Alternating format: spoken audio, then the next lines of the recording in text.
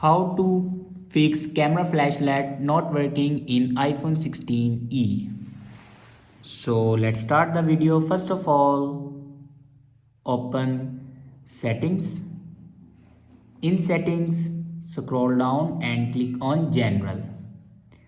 Now click on software update. And here you can check your latest version will be updated or not. If it doesn't update to latest version, then update it to latest version.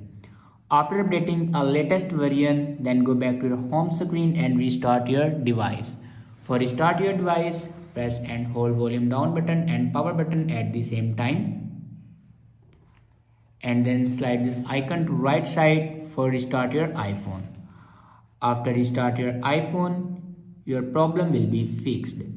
If it doesn't fix your problem, then open settings again and click on general and scroll down in last and click on transfer or reset iPhone. Now click on reset and then click on reset all settings. Now here enter your passcode to reset all your settings. It will reset all the settings but never destroy and other data like photos, videos and other data. After reset all the settings, your problem will be fixed. I hope this video is helpful for you. Thanks for watching.